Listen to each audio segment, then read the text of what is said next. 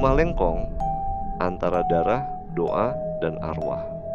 Di ujung sunyi Serpong, berdiri sebuah rumah tua yang terlihat biasa di siang hari, namun menyimpan gema sejarah dan bisikan-bisikan tak kasat mata saat malam menjelang. Rumah itu dikenal sebagai Rumah Lengkong, sebuah bangunan tua di Lengkong Wetan, yang telah menjadi saksi bisu dari perjuangan, pengkhianatan, dan kematian. Tanggal 25 Januari 1946, Mayor Daan Mogot, seorang pemuda berusia 18 tahun, cerdas, berani, dan disegani memimpin sekelompok taruna Akademi Militer Tangerang untuk melucuti senjata tentara Jepang yang masih bertahan di wilayah Lengkong. Misi ini dirancang sebagai perundingan ramai, namun takdir berkata lain. Saat salah satu tentara Jepang mencoba melawan, peluru pertama dilepaskan. Kekacauan pun pecah. Dalam waktu singkat, 33 taruna dan 3 perwira, termasuk Daan Mogot, tewas bersimbah darah di tanah itu.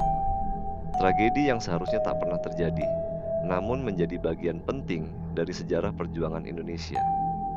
Rumah tua yang berada tak jauh dari lokasi baku tembak itu dipercaya sebagai tempat pertemuan awal sebelum peristiwa berdarah tersebut.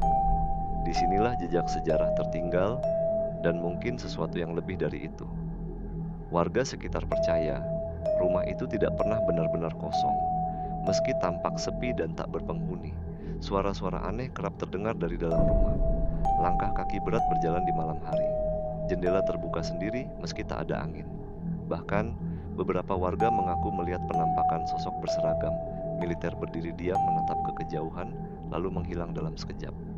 Konon, arwah para taruna yang gugur masih berjaga di sana menolak pergi karena tugas mereka belum selesai. Ada pula cerita tentang suara teriakan perintah militer dan bisikan-bisikan samar yang seolah meminta bantuan. Rumah Lengkong kini lebih dari sekadar bangunan tua. Ia adalah simbol pengingat akan keberanian para pemuda bangsa yang rela mati demi kemerdekaan. Namun, ia juga menjadi tempat yang membuat orang bertanya, adakah batas antara sejarah dan dunia gaib? Sebagian datang untuk berziarah, mengenang jasa para pahlawan. Sebagian lagi datang karena penasaran mencari pengalaman mistis atau sekadar menguji nyali. Tapi satu hal pasti, rumah Lengkong tidak pernah benar-benar diam.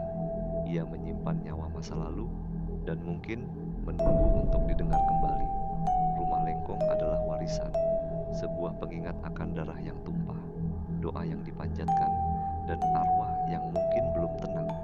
Ia bukan hanya bagian dari sejarah Serpong, melainkan dari sejarah bangsa. Berani berkunjung? Jangan lupa, mereka masih di sana, menjaga, menunggu.